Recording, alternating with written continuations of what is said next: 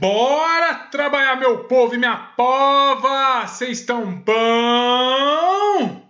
Vamos começar a aula 2 de climatologia. Agora falando de circulação geral da atmosfera. Bora lá, mano! Começamos nossa aula de circulação geral da atmosfera vendo aí o nosso camarada astronauta boiando lá na exosfera. Vamos relembrar aí as camadas da nossa atmosfera? Vejam, tá lá ele na nossa exosfera, a parte mais externa que já não é mais atmosfera. Descendo aqui o nosso ETzinho. Vai, ET, pula aí, mano. Olha o ET mostrando pra gente a nossa casa. Onde é a nossa casa? Aqui embaixo, na troposfera. Nossa primeira camada, com cerca de 12 quilômetros de altitude máxima. Dos 12 aos 50 quilômetros, nós temos a estratosfera, que é onde tem aqui aos 40 quilômetros, onde está a nossa navezinha ET. Nós temos aí a nossa camada de ozônio, que filtra os raios UV. Subindo mais a mesosfera, a parte da camada da atmosfera que queima os meteoros quando eles entram na nossa atmosfera. A termosfera, a camada mais quente da nossa atmosfera, também uma das mais externas, a última camada antes da exosfera. Aí estão as nossas camadas atmosféricas. A gente vai falar da circulação geral da atmosfera, especificamente os grandes ventos que acontecem entre troposfera e estratosfera. Basicamente, a gente então vai ter uma aula de estudo muito aprofundado de dinâmica atmosférica geral. Bora lá? E aí, o que são ventos? Como que isso pode interferir na dinâmica climática? E mais do que isso, o que isso tem a ver com pressões atmosféricas? Bom, a gente aqui precisa pontuar uma coisa muito específica. A nossa atmosfera é fluida. E ela, como qualquer fluido, se comporta a partir da diferença de pressão que é causada pela energia eletromagnética do Sol que incide sobre ela. Então, basicamente, todo fluido, quando aquecido, ele se comporta de maneira diferente do que ele se comportaria se resfriado. E assim é a atmosfera. Basicamente, nós temos a formação de pontos de aquecimento diferentes sobre a superfície terrestre e, obviamente, que a nossa massa atmosférica fluida, quando mais aquecida, vai se comportar de uma determinada maneira e, quando menos aquecida, vai se comportar de outra maneira que a gente começa a observar e entender agora. Basicamente, vamos introduzir o que significa altas e baixas pressões, pensando as altas e baixas pressões através daquela lógica horizontal da atmosfera, regiões do globo que têm alta ou baixa pressão e como isso influencia na formação dos ventos. Bora ver o primeiro esqueminha. Notem que o nosso primeiro esquema já apresenta a alta pressão com o nome chamado de anticiclone. Anticiclone vai ser, então, a partir de agora, para a gente, sinônimo de alta pressão. E o que é alta pressão? Dá uma olhada aqui no nosso esquema. É, na verdade, um ponto da superfície terrestre que, por ser um pouco mais frio, se torna uma espécie de ralo para a atmosfera e ventos igualmente frios e ligeiramente secos descem da alta atmosfera até a superfície terrestre num processo descendente espiral. Então essa é uma característica importante do que a gente conhece como alta pressão. A baixa pressão é uma região pontual também do espaço que, mais aquecida, permite que o ar que chega até ali quente, o vento que chega até ali quente, suba também de forma espiral para as altas atmosferas. A gente chama a alta pressão de anticiclone e a baixa pressão a gente chama de ciclone. E aí a gente começa a perceber que tem uma linha vermelha que sai da alta pressão e vem para a baixa pressão. Esses são os ventos. Os ventos, eles descem na alta pressão, batem na superfície, se espalham e o vento caminha até um lugar onde ele é atraído a baixa pressão, aonde ele vai, por estar aquecido pela superfície terrestre, subir espiralando e abrindo assim uma espécie de área de ascensão de ventos. A alta pressão é uma área dispersora e formadora de ventos, enquanto a baixa pressão é uma área de atração e de subida, ascensão de ventos. Essa é uma primeira observação que a gente precisa ter. E tudo isso gerado pela diferença térmica ocasionada pela superfície terrestre em interação com a atmosfera e principalmente a nossa fonte de energia maior, a luz solar. Bora ver como isso influencia a dinâmica de toda a atmosfera e como os ventos se comportam? Beleza, vamos para um esquema animado então. Dá uma olhadinha aqui nesse esquema que eu vou animar para a gente ver. Vamos primeiro observar o que seria então um anticiclone. Os ventos de alta atmosfera chegam num ponto frio da atmosfera e da superfície terrestre e descem espiralando até que batem na superfície e se espalham. Essa é uma área de anticiclone, uma área dispersora de ventos. Tudo bem? Por sua vez, o que seria uma área de ciclone? Seria uma área onde os ventos superficiais vão chegar quentes e vão encontrar mais característica de alta temperatura e vão subir espiralando, formando assim um fluxo ascendente de ar. Isso é uma área ciclonal, é uma área de ascensão de ventos. A alta pressão é uma área de descenso de ventos, de dispersão de ventos, é o anticiclone, e a baixa pressão é essa área que suga ventos e permite a ascensão em espiral desses ventos para a alta atmosfera. Quando a gente vincula uma área de alta pressão com uma área de baixa pressão, a gente vai ver que o ar frio lá de cima vem, bate no chão e espalha-se. Esse vento vai caminhar e ser sugado para uma área de baixa pressão, gerando assim uma célula convectiva, onde o ar vai descer na alta pressão, bater e subir na baixa pressão e retornar por cima, formando assim essa lógica convectiva. É importantíssimo conhecer esse termo, ciclone, baixa pressão, ascensão de ventos. Anticiclone, alta pressão, descenso de ventos. Beleza? Então, sabendo isso, a gente pode ir à frente e podemos agora entender um pouco mais dessa dinâmica atmosférica. Bora ver então. Vamos observar isso no nosso esqueminha planetário então. Dá uma olhadinha aí no seguinte. Nós temos uma área, 0 graus no Equador, eu vou falar um pouquinho mais disso já já. Essa área tem uma setinha de ascensão de ventos. O que significa? Significa que essa é uma área de subida de ar quente ascendente, uma área de baixa pressão. Agora nós temos duas outras setinhas, uma azulzinha aqui deste lado e outra azulzinha aqui deste lado, ali perto dos 30 graus sul e norte de latitude.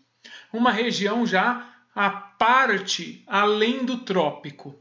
Essa região é uma região de anticiclone, de alta pressão, de ar frio descendente. Quando a gente observa como funciona a relação dessa movimentação atmosférica, nós temos essa condição aqui. Vejam, o ar frio, ele desce, bate no solo, ele vira e busca a convergência de uma área de baixa pressão, onde o ar quente sobe. É o que a gente está vendo aqui no nosso esqueminha. O ar frio descendente bate, vira, forma um fluxo de ventos que caminha até uma baixa pressão, chega ali quente, sobe espiralando, lá em cima ele se desvia na alta atmosfera e retoma o seu caminho de descenso na alta pressão. A alta pressão, o anticiclone, é uma área especializada de descenso de vento frio e seco, mas é a área de origem de ventos. E a área de baixa pressão é uma área de ascensão de ventos quentes e mais úmidos e é onde se origina o retrocesso dessa célula convectiva. Esse esquema aí nos apresenta pela primeira vez a nossa célula de Hadley. Quem é a célula de Hadley? É essa célula convectiva que coloca a área de alta pressão ali nos 30 graus de latitude, tanto sul quanto norte, que são áreas de alta pressão, descenso de ventos frios, onde se originam os ventos alísios. Esses ventos em vermelho aqui na superfície do planeta, que saem de uma área fria e seca, mas ganham calor e umidade no seu percurso, até que chegam no Equador, 0 graus de latitude, e sobem na baixa pressão, esses são os alísios. Os nossos ventos alísios são os principais fluxos de ventos gerais conhecidos no nosso planeta. Os ventos intercontinentais conhecidos no nosso planeta. Eles, quando sobem para a alta atmosfera, eles perdem calor, deixam toda a umidade aqui, que vai formar uma área úmida, normalmente tropical, e ele vai retornar lá pela alta atmosfera com o nome contralísio, que é um vento frio e seco, que vai retomar a sua descida, frio e seco, gerando áreas de deserto, ali próximo às 30 graus de latitude norte e sul. Zonas de alta pressão que, quando associadas a correntes frias, formam os tais desertos. Basicamente, então, temos aí a célula de Hadley animada. Eu fiz uma outra animaçãozinha além dessa, para a gente tentar entender esse processo. Vamos ver a próxima animação. Dá uma olhada aí, ó. Agora, vendo uma circulação mais geral. Olhando lateralmente, nós vemos uma espécie de área de descenso, as nuvenzinhas marcam a descida dos ventos, e aí aqui o caminho dos alísios até chegar na baixa pressão, onde eles vão subir quentes e úmidos na zona de baixa pressão. Olha o Bzão aqui marcando baixa pressão. Eles retornam como contralísios até a área de alta pressão, o Azão marcando alta pressão. E aí o descenso novamente. Então aqui nós temos a célula de Hadley do hemisfério sul e aqui do hemisfério norte. E essas duas engrenagens aqui são o início da outra célula conhecida como célula de Ferrel, que também vai gerar este processo, só que indo em direção aos polos. Essa é parte da circulação geral da atmosfera que a gente começa a tatear, a analisar com certo cuidado. Beleza até aí? E aqui a gente vê o mesmo mecanismo, agora só basicamente com esquema estático. A gente vê a área de 30 graus de latitude como área de alta pressão, onde os ventos são descendentes, e aí surgem os alísios, que caminham na superfície do planeta, ganham temperatura, calor, Ganham calor, aumentam a temperatura, chegam úmidos até o Equador, 0 graus, aonde eles sobem na baixa pressão, dando origem aos contralísios que vão retomar o ciclo, fechando o mecanismo dos ventos alísios. Essa é a célula de Hadley. Eu comentei há pouco sobre a célula de Ferrel.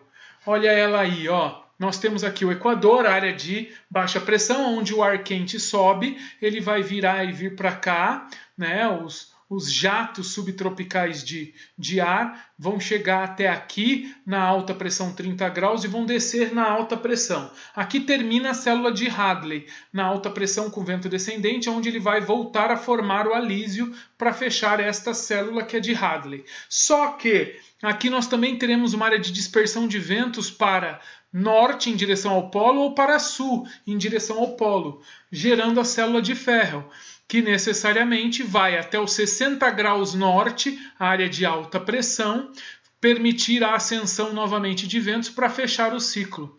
E lá na área de 60 graus norte, temos a ascensão dos ventos que vão alimentar as células polares. O que a gente pode notar é que a cada 30 graus de latitude inverte a pressão atmosférica do planeta. E é isso que a gente vê nesse esquema. Basicamente, no 0 graus de latitude, nós temos as baixas pressões iniciando-se. 30 graus de latitude, zona de alta pressão, área de anticiclone. 60 graus de latitude, baixa pressão novamente. E 90 graus de latitude nos polos alta pressão. A gente pode dizer então que nós temos tanto no polo quanto nos 30 graus de latitude zonas dispersoras de vento. E nós temos tanto no 0 graus de latitude no Equador quanto nos 60 graus de latitude zonas de atração de ventos. Portanto, é meio que estático, né? Meio que padronizado, baixa pressão, alta pressão, baixa pressão, alta pressão no planeta, tanto no hemisfério norte quanto no hemisfério sul. Essas classificações marcam aí a nossa distribuição dos anticiclones e dos ciclones no espaço terrestre. Aqui só um segredinho entre nós. É mais ou menos estático, tá? Porque como há variação térmica por conta das estações do ano, é óbvio que as altas e baixas pressões também se modificam de lugar. Mas deixa isso para depois. Basicamente, vamos entender de maneira estática para compreender essa circulação geral através das duas células de Hadley, das células de Ferrel e das células polares. Beleza? Bora então.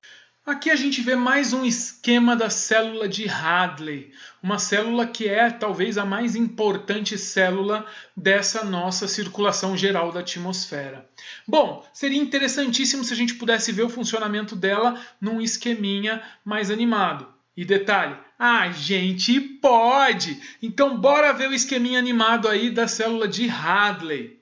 Dá uma olhada aqui na circulação da célula de Hadley. O ar quente subindo na região do Equador, caminhando como contralísio, esfriando e descendo na área de 30 graus de latitude, retornando para 0 graus na 0 graus de latitude, na área ali equatorial, até onde ele sobe na área de baixa pressão. Isso é a célula de Hadley. Aqui esse pedaço do globo que a gente não vê a célula de Hadley, ele foi propositalmente tirado para que a gente possa ver aqui de maneira lateral o descenso dos ventos frios na alta pressão, a formação dos alísios, a ascensão dos ventos quentes na baixa pressão e a formação dos contralísios, e assim observamos de forma completa a célula de Hadley funcionando.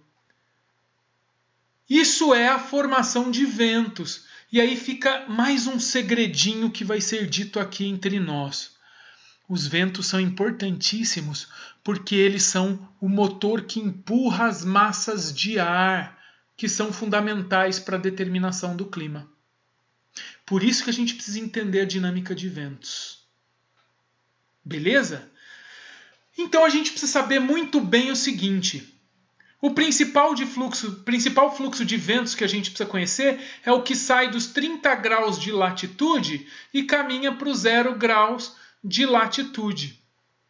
São chamados de ventos alísios. No hemisfério sul, também conhecidos como ventos de sudeste, porque eles caminham de sudeste a noroeste, e no hemisfério norte, conhecidos como ventos de nordeste, porque eles caminham de nordeste para sudoeste. Então esses são os alísios, os ventos que vão, por exemplo, empurrar massas como a massa tropical atlântica para dentro do Brasil. Ventos importantíssimos que explicam a dinâmica atmosférica das massas de ar. A gente não pode ignorar estes ventos alísios. E aqui, com o começo contrário, né, dos ventos de oeste, os fluxos de oeste, tanto no hemisfério sul quanto no hemisfério norte, alimentando aí a célula de Ferrel até os 60 graus de latitude, onde temos novamente baixa pressão atmosférica. Basicamente, baixa pressão atmosférica porque necessariamente é uma área mais quente do que o seu entorno, que é mais frio. Então ali tem uma área própria para ascensão de ventos. Se a gente colocar a circulação dos polos, a gente vai ver que o polo norte e o polo sul são áreas de dispersão de ventos, que também vão caminhar até as áreas de baixa pressão. Então os ventos sempre vão surgir e sair das altas pressões e vão seguir o seu caminho buscando uma área de baixa pressão, onde eles vão ascender a alta atmosfera.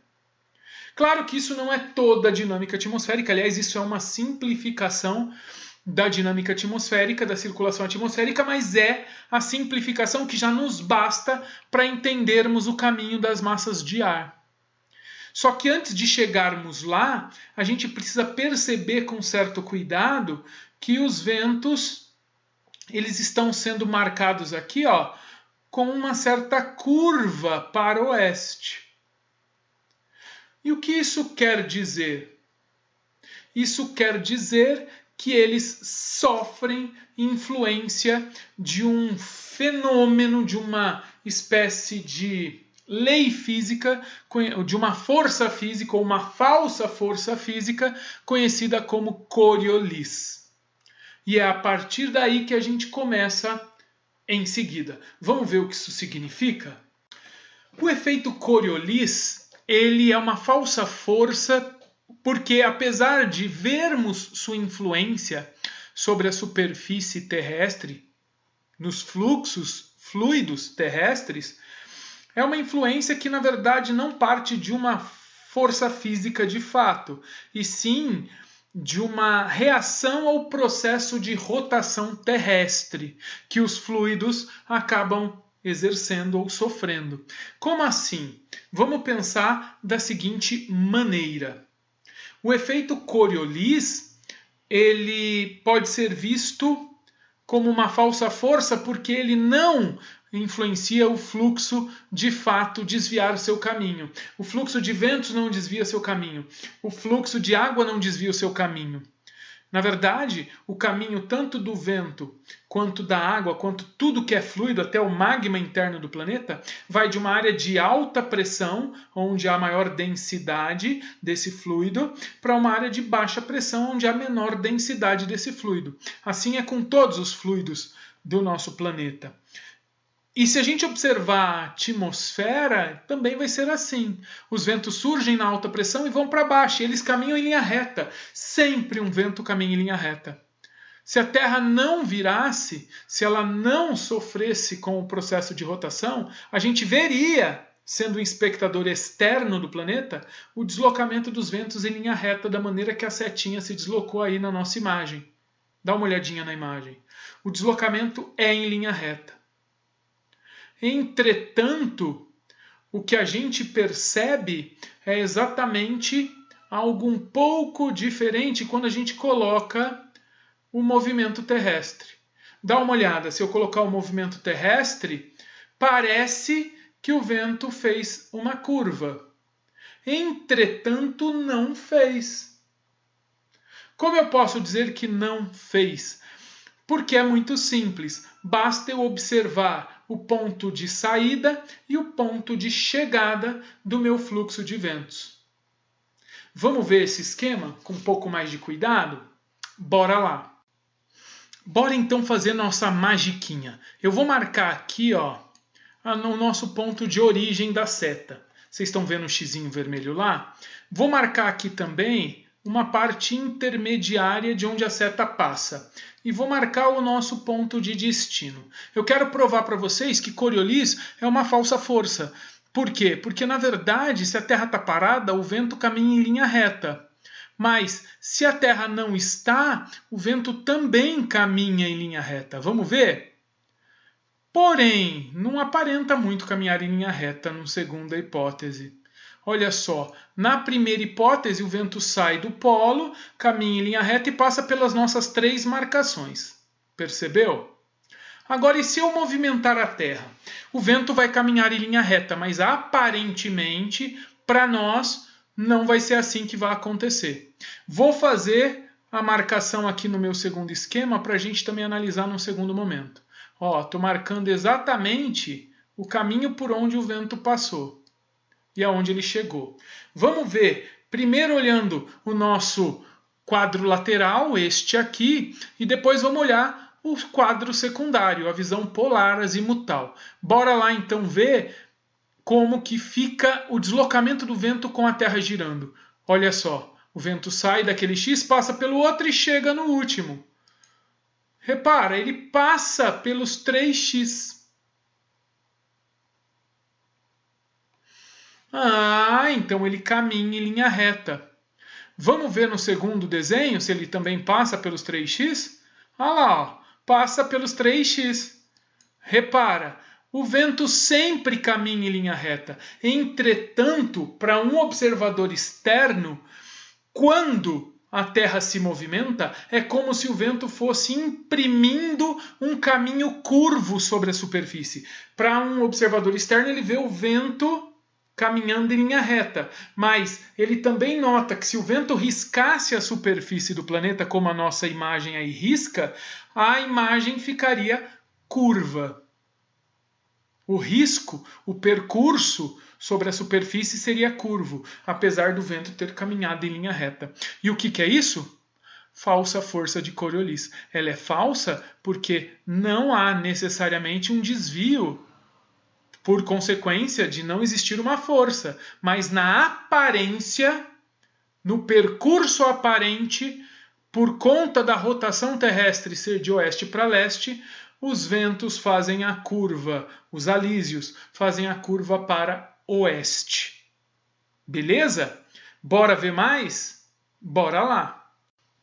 Então, voltando aqui ao nosso esquema, vamos pôr a célula de Hadley e vamos pôr a circulação atmosférica de média latitude, que vai dos 30 graus aos 0 graus de latitude.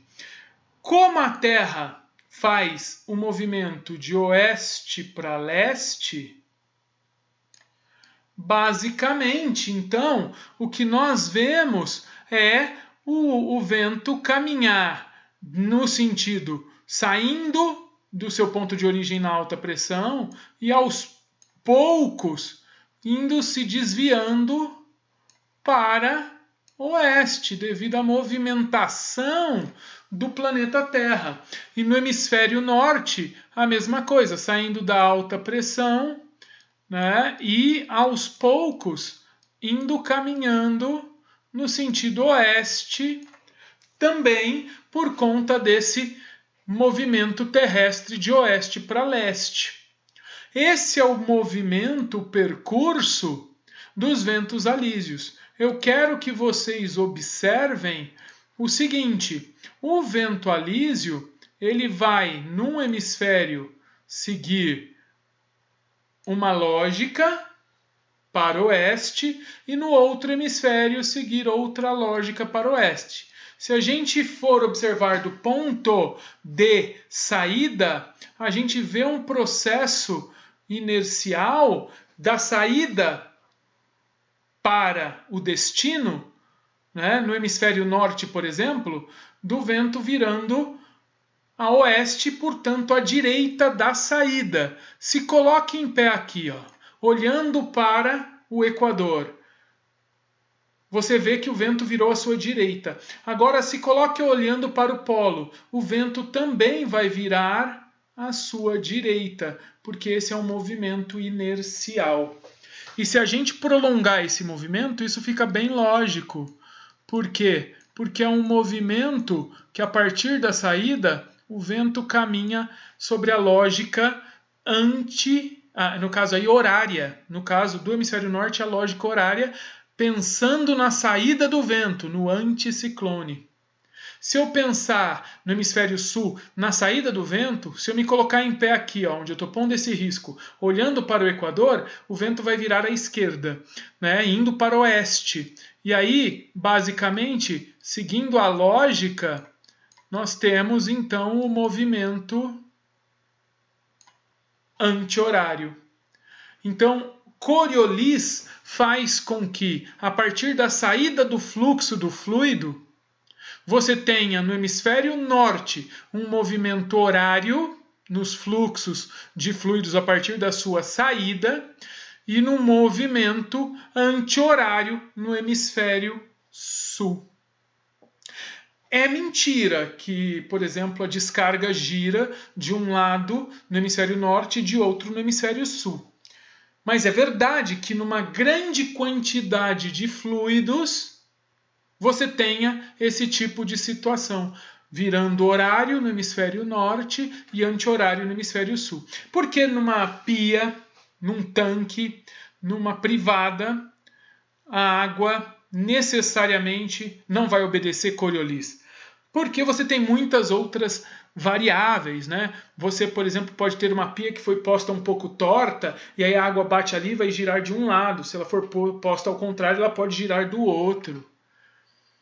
Você pode ter, né, o direcionamento do jato. Quando você joga água na descarga, o jato sai mais direcionado para um lado e roda para o lado que você está direcionando o jato. Então, Coriolis não consegue exercer essa força do movimento da Terra em uma quantidade muito pequena de água ou de ar. Ele vai sim exercer a força, exercer esse processo em grandes áreas de fluxos de ar ou de água. Beleza? Essa é a grande lógica de Coriolis. Bom, então vamos lá. Vamos entender agora como isso funciona na atmosfera através da regra dos 3 As.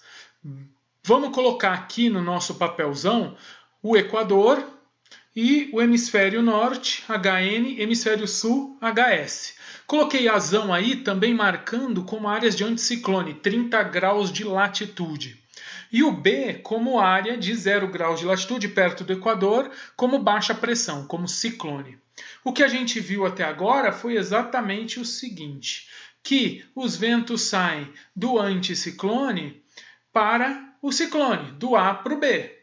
Né, alta pressão para baixa pressão. E eles fazem isso seguindo o Coriolis. Então, como funciona aqui? Né, vamos pensar, se no hemisfério norte Coriolis interfere, ele vai fazer com que a espiral de saída do vento seja uma espiral no sentido horário. Então, no hemisfério sul, a espiral da alta pressão será anti-horária. Entendeu? Então, hemisfério sul, anticiclone, primeiro A. Alta pressão, segundo A. Anti-horário, regra dos 3 As. Para a gente saber qual é a lógica, né, de Coriolis nos hemisférios, saída do vento anticiclone, alta pressão, anti-horário no hemisfério sul. No caso do hemisfério norte, anticiclone, alta pressão, movimento horário. Agora, eu estou olhando através da saída de ventos, através da chegada de ventos, a coisa muda um pouco. E aí a gente tem que entender um outro negocinho antes. Bora entender? Vai precisar entender agora em relação à área de anticiclone para a área de ciclone no mesmo hemisfério. Olha só. Dá uma olhada nesse esquema. A gente vê aqui que o anticiclone é vento descendente e que o ciclone é vento ascendente. Coriolis, ele precisa ser entendido a partir da origem do fluxo do vento. Então, a direção é muito importante para Coriolis, porque a gente viu o seguinte, que a saída do vento alísio no hemisfério sul, lá na alta pressão, indo em direção ao Equador, sentido norte, ele faz com que a curva seja para oeste, portanto para a esquerda de quem está olhando o movimento do vento a partir da origem. No hemisfério norte, como o sentido é dados 30 graus norte para os 0 graus no Equador, olhando para o Equador, o vento vai sair e vai virar à direita. Isso quer dizer que, apesar de virar a oeste em ambos os casos, o sentido da curva é diferente. Coriolis é muito influenciado pelo sentido do movimento. Então, eu tenho uma mudança na lógica quando eu penso, por exemplo, o meu vento ascendente e o meu vento descendente. O vento ascendente vai movimentar-se de maneira invertida em relação ao movimento do vento descendente. Então, olha só, vou pegar um movimento giratório, um objeto giratório e vou colocar aqui no meu anticiclone no hemisfério sul. Tá aí, ó. Anticiclone, a gente vê que o movimento é anti-horário. Ok? As cores do objeto são muito importantes para a gente entender qual é a inversão do objeto. Tá bom? Se o sentido é descendente, vejam, a parte roxa do meu objeto está na ponta para onde caminha o objeto, no sentido de descenso. Agora, eu vou pôr o objeto no sentido de subida, lá perto do equador. Olha só, o roxo perto do movimento de subida. É o mesmo objeto. É o mesmo GIF, tá? O movimento é o mesmo. Só que, no caso da alta pressão, o movimento é anti-horário. No caso da baixa pressão, como inverte o sentido, o movimento é horário. E se eu espelhar no hemisfério norte, como o hemisfério norte é espelhado, e a gente já viu que anticiclone, alta pressão, anti-horário no hemisfério sul, no hemisfério norte ele é invertido o movimento, é horário. Então, olha só, lá, anticiclone, movimento horário no hemisfério norte, mas o ciclone é invertido em relação ao anticiclone no mesmo hemisfério, então o ciclone é horário. E o ciclone é invertido em relação ao ciclone do hemisfério sul. Então, anticiclones são invertidos em relação aos hemisférios, ciclones são invertidos em relação aos hemisférios. E anticiclone e ciclone no mesmo hemisfério também é invertido o movimento. Então, voltando lá para o nosso esquema anterior. Vamos pensar, então, a regra dos 3As novamente. Vamos lá. Vou colocar uma linha um pouquinho mais grossa e vou pegar o anticiclone. Anti-horário no hemisfério sul. Vamos fazer o desenho anti-horário. Tá vendo? Anti-horário. Como que seria o ciclone no hemisfério sul? O ciclone, neste caso, seria um movimento horário. Enquanto o anticiclone, os ventos saem, centrífugo, no ciclone os ventos entram, centrípedo. Então a gente vê a inversão claramente posta aí. Agora, vou olhar para o hemisfério norte em relação ao hemisfério sul. O anticiclone no hemisfério sul é anti-horário, no hemisfério norte é invertido, porque é espelhado. Então vamos lá, vamos desenhar.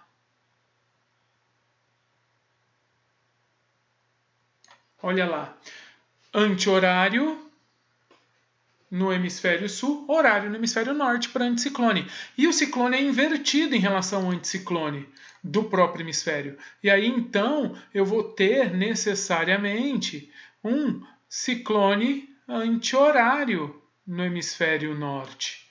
E olha como ele é invertido em relação ao ciclone do hemisfério sul. É a regra dos 3As. E ela já pode ser melhor observada neste esqueminha que eu acabei de mostrar para vocês das molas, e pode ser pensado também num outro esqueminha que eu quero mostrar a seguir para vocês. Bora lá ver então. Olha aqui os esqueminhas. Antes de observarmos estes, eu vou voltar um pouquinho neste aqui. Olha só, hemisfério norte, anticiclone, quando a gente observa o ciclo das setas, anticiclone e movimento horário. No hemisfério sul, anticiclone e movimento anti-horário. E olha o ciclone no hemisfério sul, anti-horário. No hemisfério norte, horário. Olha as inversões que a gente acabou de analisar. Tudo bem? Entenderam essa lógica dos movimentos? Muito importante saber. Por que é muito importante saber? Porque a gente tem que entender que os ventos seguem caminhos específicos e determinados pelas forças.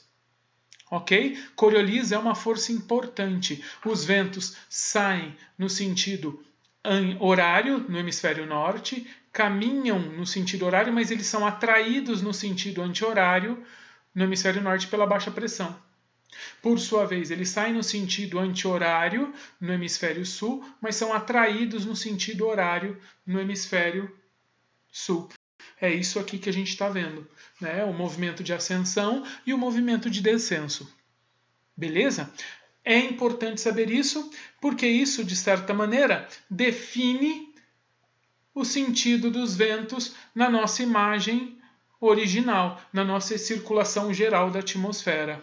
Vamos ver a circulação geral da atmosfera novamente? O que a gente viu até agora explica, por exemplo, por que os ventos de nordeste, os alísios, saem do hemisfério norte e seguem para oeste no sentido sul, né, virando levemente a oeste para quem observa à direita. Mas olha só os ventos que saem do mesmo lugar e vão para o Polo Norte. Né? Olha só, esses ventos westerlies, eles seguem um caminho que aparentemente é contrário, mas é aquilo que a gente viu agora. É parte de um processo que na saída do anticiclone, ó, é horário. E aqui no hemisfério sul, na saída do anticiclone, ó, é anti-horário. Isso explica basicamente esta lógica. Tá bom? E isso mostra pra gente como as massas de ar serão empurradas em cada hemisfério. É importante conhecer essa dinâmica como um todo para conhecer os caminhos das massas de ar. Beleza? Bom, a outra coisa que pode cair no vestibular é a questão do furacão.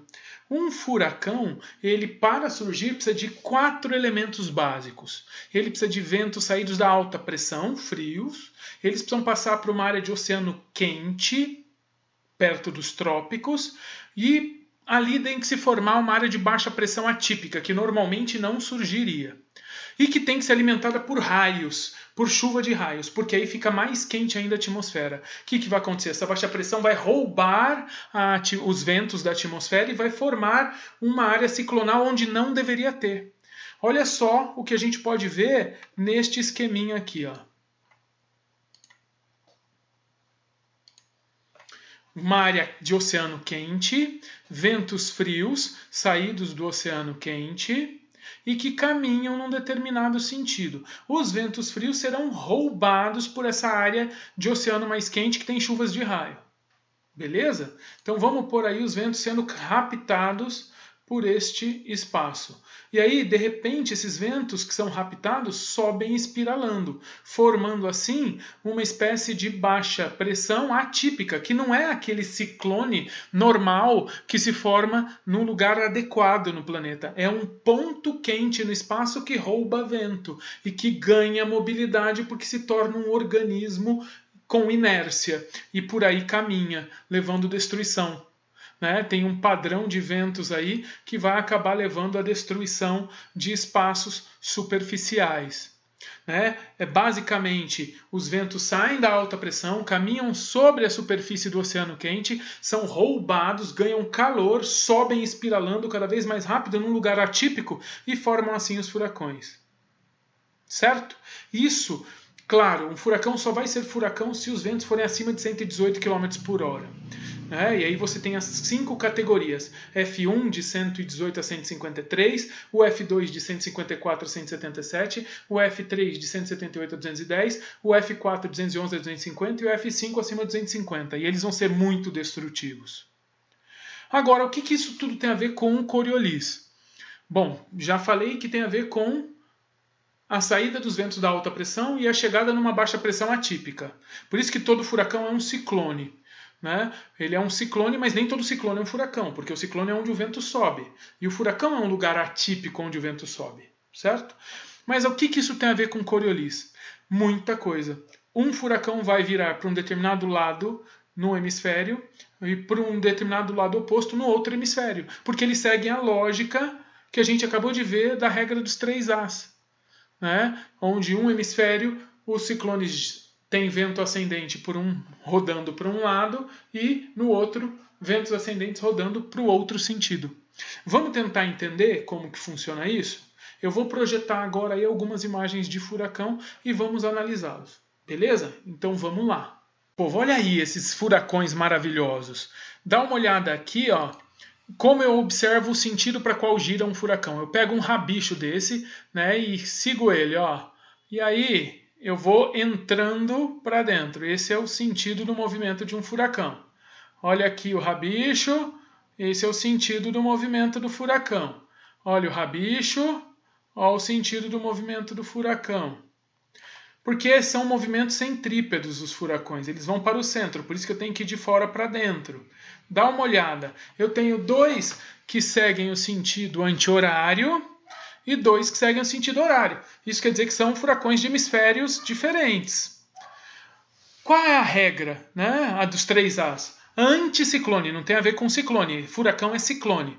Anticiclone, anti-horário, alta pressão no hemisfério sul. Se o anticiclone, anti-horário, é alta pressão no hemisfério sul, a baixa pressão no hemisfério sul é horária. Se o anticiclone, alta pressão, é horário, a baixa pressão é horária, é invertida. Então, os movimentos horários, no caso, este carinha aqui e este carinha aqui, ó, que são movimentos horários, são ciclones do hemisfério sul, são furacões do hemisfério sul. E como é invertido em relação ao hemisfério norte, o ciclone no hemisfério norte é anti-horário. Então, esses 2 são furacões do hemisfério norte. Beleza? Entenderam essa lógica? Gente, eu sei que é um conteúdo muito complicado. Basicamente, a gente vai fechar esse conteúdo depois quando eu for falar de massas de ar no próximo vídeo. Aí eu vou falar o seguinte, olha, este é o movimento pelo qual essa massa de ar carrega calor e umidade por onde ela vai, porque ela é empurrada por este vento alísio. Então você sabe que ele sai de um ponto de alta pressão e caminha num determinado hemisfério para o oeste. E se for um vento west-lies, os ventos lá da célula de Ferrel, né, os ventos de oeste, basicamente caminham no sentido oposto ao que o alísio faz, justamente por conta dessa lógica de movimentação trazida a partir de Coriolis. Então, basicamente, nós temos que considerar Coriolis e essa movimentação para entender o processo todo da dinâmica atmosférica no nosso planeta. Tá bom? Então, olha só que bonitinho. A gente chega então a essa lógica, né, a partir de uma breve análise de Coriolis e da ideia de alta, baixa pressão e da explicação de como tudo isso acontece. Eu espero que tenha sido suficiente.